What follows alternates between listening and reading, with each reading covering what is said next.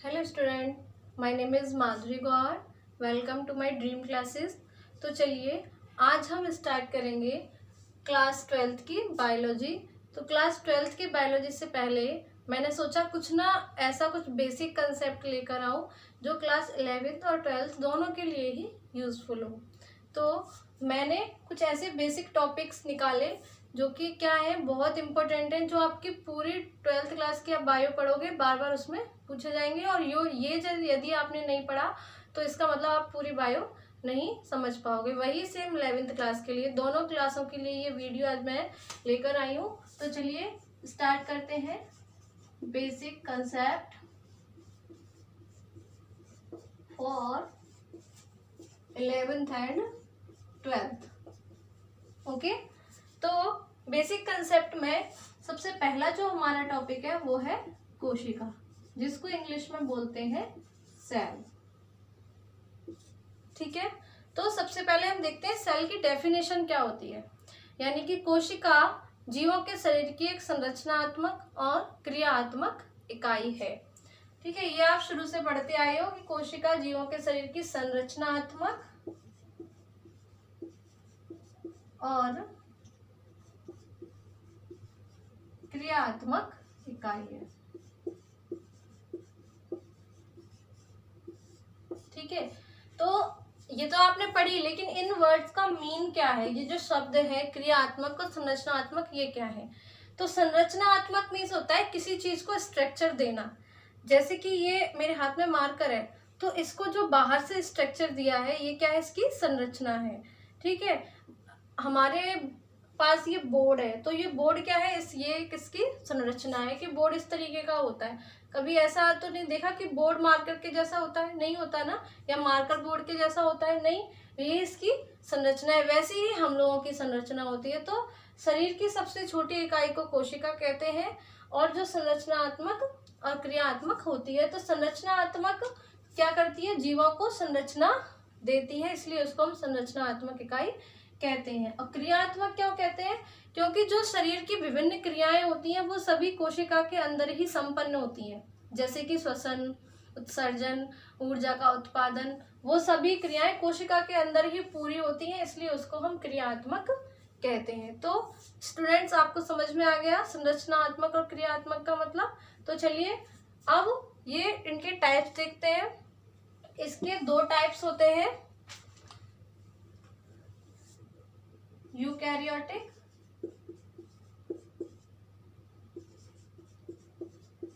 और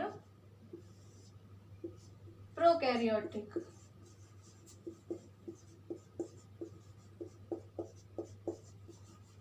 आप सभी जानते होंगे यूकैरियोटिक और प्रोकैरियोटिक। बहुत से बच्चे क्या होते हैं ना, इसमें कंफ्यूज हो जाते हैं कि प्रोकैरियोटिक कौन सी होती है, यूकैरियोटिक कौन सी होती है, किसमें कौन सी कोशिकाएं पाई जाती है। तो वो कंफ्यूजन आज आपका बिल्कुल दूर होने वाला है। तो यहाँ पे क्या हम एक स्ट्रक्चर बनाते हैं कोशिका का। आप सभी जानते हो कि बायोलॉजी को बिना डायग्राम के नहीं पढ़ सकते, है ना। तो यहाँ पे सबसे पहले हम स्ट्रक्चर बनाते हैं। यहाँ पे हमने एक छोटा सा सर्कल बनाया जिसका नाम हम देंगे केंद्रक कला। इसको क्या कहेंगे? केंद्रक कला।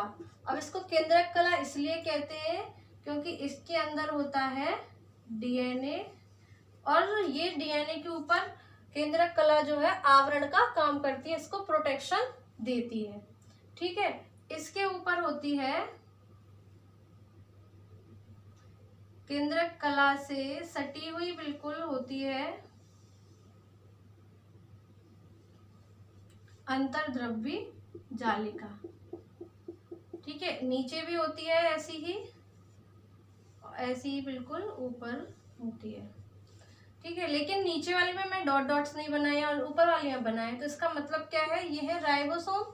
ठीक है, तो ऐसी अंतर्द्रव्यी जालिका जिसमें राइबोसोम प्रेजेंट होते हैं उसको कहते हैं कणिका में अंतर्द्रव्यी जालिका। कणिका में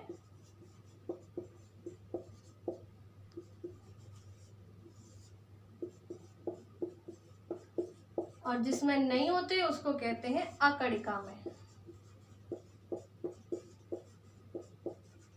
दोनों बात आई समझ में? ठीक है, अकणिका में अंतर्द्रव्यी जालिका। यहाँ पे हम माइटोकॉन्ड्रिया बनाते हैं, यहाँ पे क्या होता है, माइटोकॉन्ड्रिया होता है। माइटोकॉन्ड्रिया को क्या कहते हैं, जब पावर हाउस ऑफ सेल। ये क्या है, इसका पावर हाउस है माइटोकॉन्ड्रिया। इसके अलावा इसमें क्या होती है, गोल्जी बॉडी होती है।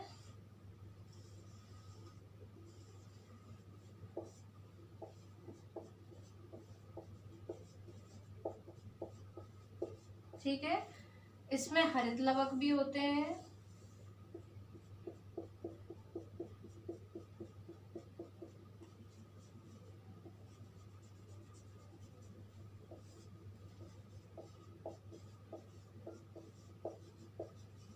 और इसमें क्या होते हैं,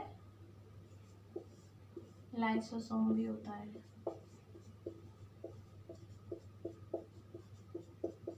ठीक है, तो अब ये मैंने इतने सारे नाम लिखे इसमें। ठीक है, ये क्या है, केंद्रक कला, डीएनए, माइटोकॉन्ड्रिया, कणिका में अंतर्द्रव्य जालिका, अकणिका में हरित लवक, गोल्जी बॉडी, लाइसोसोम, ये सब क्या है, ये सब कोशिका के क्या है, अंग है। क्या है, कोशिका के अंग हैं, इसलिए इन सबको बोलते हैं कोशिकांग। ठीक है, क्या कहते हैं, कोशिकांग। कोशिकांग का यदि आप संधि विच्छेद करते हैं तो कोशिका प्लस अंग यानी कोशिकांग। तो ये है यूकैरियोटिक कोशिका। ऐसी कोशिका जिसमें सारे कोशिकांग पाए जाते हैं उसको यूकैरियोटिक कोशिका कहते हैं। आगे बात समझ में। अब बनाते हैं प्रोकैरियोटिक। तो प्रोकैरियोटिक जो कोशिका होती है, प्रो मीन्स होता है प्राचीन, यानी इस कोशिका में कोई भी कोशिकांग नहीं पाया जाता सिवाय डीएनए के, और बस थोड़ा बहुत इसमें राइबोसोम प्रेजेंट होता है। ठीक है, तो इसमें कोई कोशिकांग नहीं होता। तो इन दोनों डायग्राम से आप इसको अंतर कर सकते हो कि यूकैरियोटिक कोशिका में कोशिकांग उपस्थित होते हैं, जबकि प्रोकैरियोटिक कोशिका में कोई भी कोशिकांग उपस्थित नहीं होते हैं। ठीक है, यहाँ पे आप इसका अंतर स्पष्ट कर सकते हो। और क्या कर सकते हो इसमें, और क्या अंतर लिख सकते हो अपने हिसाब से, इसमें अंतर लिख लेना। तो अब हम बात करते हैं कि ये जो यूकैरियोटिक और प्रोकैरियोटिक कोशिकाएं होती हैं ये कहाँ कहाँ पे पाई जाती हैं। ठीक है,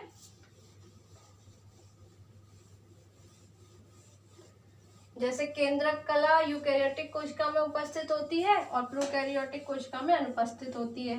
ठीक है, माइटोकॉन्ड्रिया उसमें उपस्थित होता है, वहाँ अनुपस्थित होता है। इस तरीके से इसमें काफी अंतर आप लिख सकते हो। तो जो प्रोकैरियोटिक कोशिका होती है यानी यूकैरियोटिक जो होती है ये पाई जाती है जंतु में, पादप में और प्रोटोजोआ में, है ना, और कवक में। जबकि प्रोकैरियोटिक जो होती है वो बैक्टीरिया में पाई जाती है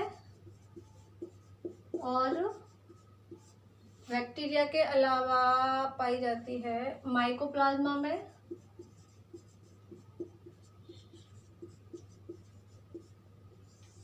ठीक है, बैक्टीरिया में, माइकोप्लाज्मा में, और एक नीलहरित शैवाल, ब्लू ग्रीन एल्गी, BGA। ठीक है, तो ये माइकोप्लाज्मा जो होता है, माइकोप्लाज्मा में सबसे छोटी जीवित कोशिका पाई जाती है। ये क्वेश्चन बहुत इंपॉर्टेंट है, ये नीट में बहुत बार पूछा गया, बोर्ड में भी ऑब्जेक्टिव्स में आया है कि सबसे छोटी कोशिका किस में पाई जाती है। तो सबसे छोटी जीवित कोशिका माइकोप्लाज्मा में पाई जाती है, जो बिना ऑक्सीजन के भी जीवित रह सकती है। ठीक है, यहाँ पे मैं आपको होमवर्क में एक क्वेश्चन देती हूँ कि सबसे बड़ी जीवित कोशिका किस में पाई जाती है। ठीक है, या आप मेरे को कमेंट बॉक्स में इसका आंसर देंगे।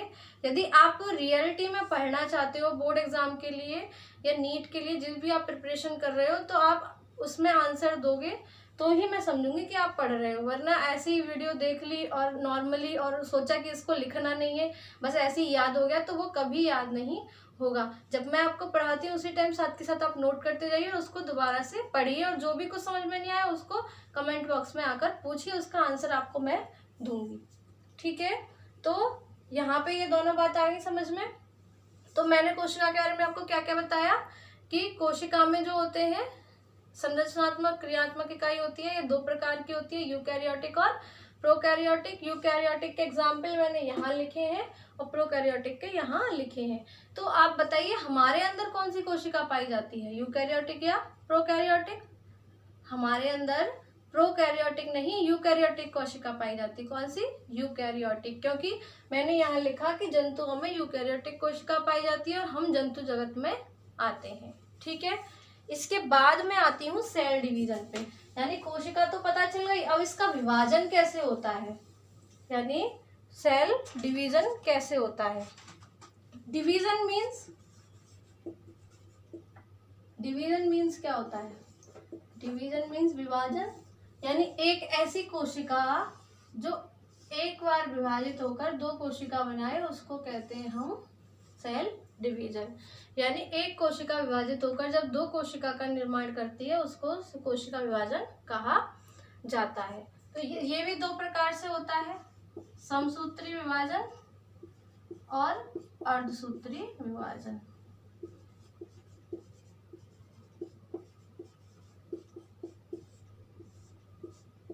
ठीक है, अब इसके ना थोड़े नाम को देखो, समसूत्री और अर्धसूत्री।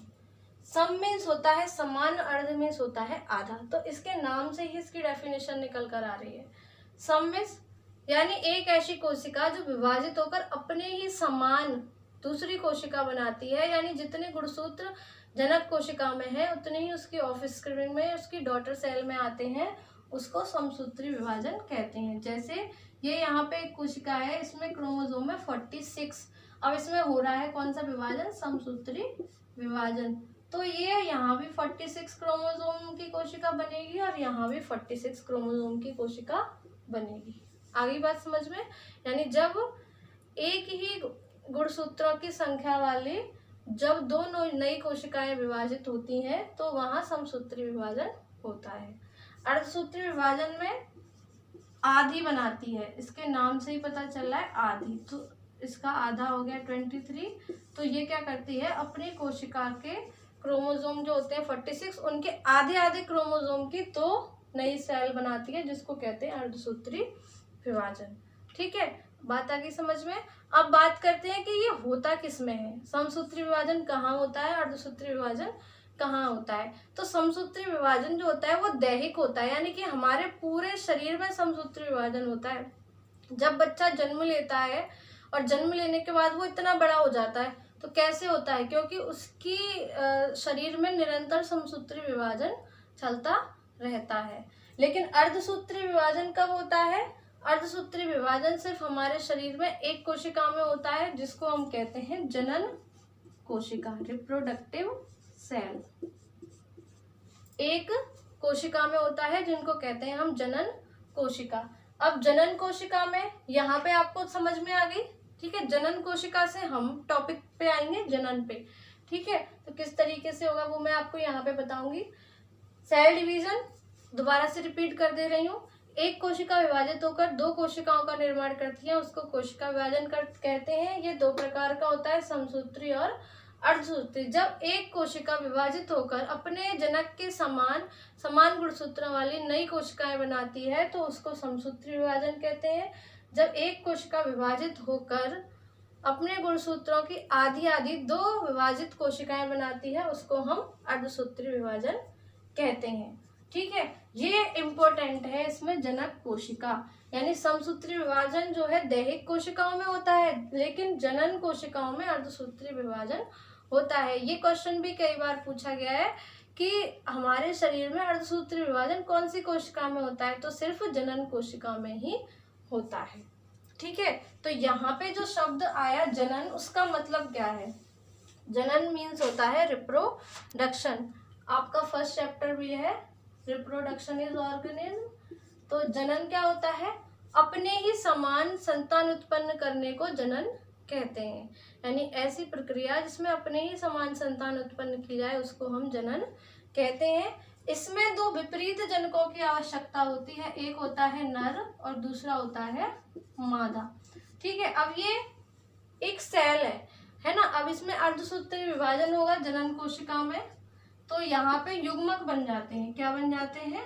नर युग्मक और इससे बनता है मादा युग्मक। तो जब युग्मक बनता है तो युग्मक जब ही बनेगा जब इसमें कौन सा विभाजन होगा, अर्धसूत्री विभाजन होगा। अर्धसूत्री विभाजन के कारण इसमें युग्मक बनते हैं, यानी 2 कोशिकाएं बन गई। ठीक है, अब ये तैयार है किसके लिए, युग्मनज बनाने के लिए। यहाँ पे कितने थे, 46 और 46। अब ये इसके साथ फ्यूज करेगी और यहाँ पे कितने हो जाएंगे, 46। तो ये बन जाएगा युग्मनज। क्या बन जाएगा, युग्मनज, जिसको इंग्लिश में कहते हैं जायगोट। आई आपको बात समझ में? और यही युग्मनज आगे चल के एक नया शिशु बन जाता है। तो यहाँ पे आपका ये मैंने छोटा सा जनन बता दिया, उसमें विभाजन कैसे होता है। तो आगे अब हम जब रिप्रोडक्शन पढ़ेंगे, यानी आपकी जो यूनिट आती है reproduction, first unit reproduction in organism, जिसमें फर्स्ट चैप्टर है जीवों में जनन, उसमें हम ये सारी प्रक्रिया पढ़ेंगे। इसके भी टाइप्स होते हैं, एसेक्सुअल रिप्रोडक्शन, अलैंगिक और लैंगिक जनन, कायिक जनन। तो वो जनन किस किस में होता है, किस तरीके से होता है, उसके क्या प्रकार होते हैं, वो सब हम नेक्स्ट वीडियो में पढ़ेंगे। ये था इसका बेसिक कंसेप्ट। ये आप बिल्कुल मत समझिएगा कि ये हमारा फर्स्ट चैप्टर नहीं है, ठीक है। इसको कॉपी में नोट नहीं करना है। ये जब आप नोट्स बना रहे हो तो सबसे पहला पेज इसी टॉपिक से होना चाहिए, क्योंकि आप पहले इसको लिखो और इसको नोट करो, इसको याद करो, और याद करने के बाद कुछ भी समझ में नहीं आए उसको मुझसे पूछो, क्योंकि ये आप यदि समझ गए तो मैं गारंटी देती हूँ कि आप पूरी बायो बहुत इजीली समझ जाओगे। क्योंकि आगे जब हम जनन बोलेंगे, युग्मक बोलेंगे, तो वहां पे आप कंफ्यूज नहीं होगे कि अर्धसूत्री विभाजन क्या होता है, समसूत्री विभाजन क्या होता है, क्योंकि आगे हम डिफाइन नहीं करेंगे उसको, अर्धसूत्री और समसूत्री को, ठीक है। यानी कि मैं ये नहीं कह रही हूँ आप पूछोगे तो मैं बताऊंगी नहीं, बताऊंगी, लेकिन वहां पे हमको इतना टाइम नहीं मिलता कि हम आपको ये डिफाइन करें, वरना हम अपने टॉपिक से अलग चले जाते हैं। मैं कोशिश करूंगी कि YouTube पे ही मैं अपनी सारी वीडियोस अपलोड करती रहूं चैप्टर वाइज, लेकिन फिर भी यहाँ पे मेरी कोई वीडियो छूट सकती है, क्योंकि कभी ऐसा होता है टाइम नहीं मिले, नहीं कर पाती हूँ। लेकिन हमारा ड्रीम क्लासेस का एक लर्निंग ऐप है जिसपे आपको वहाँ मेरी सारी वीडियोस अवेलेबल है, चैप्टर 1 से लेके चैप्टर 16 तक की आपकी सारी वीडियोस वहाँ मिलेंगी, सब टॉपिक्स मिलेंगे। तो आप जल्दी से उसको डाउनलोड कीजिए अपने मोबाइल में, उस लर्निंग ऐप को जल्दी से अपने मोबाइल में डाउनलोड कीजिए और उस ग्रुप को ज्वाइन कीजिए, ठीक है। वहाँ पे आपको मेरा कोर्स मिल जाएगा, ठीक है। तो यहाँ पे आपका ये टॉपिक कंप्लीट हो गया, ठीक है। अगर आपको ये टॉपिक अच्छे से समझ में आया है तो मुझे कमेंट बॉक्स में बताइए, और जल्दी से लाइक कीजिए और सब्सक्राइब कीजिए। Thank you.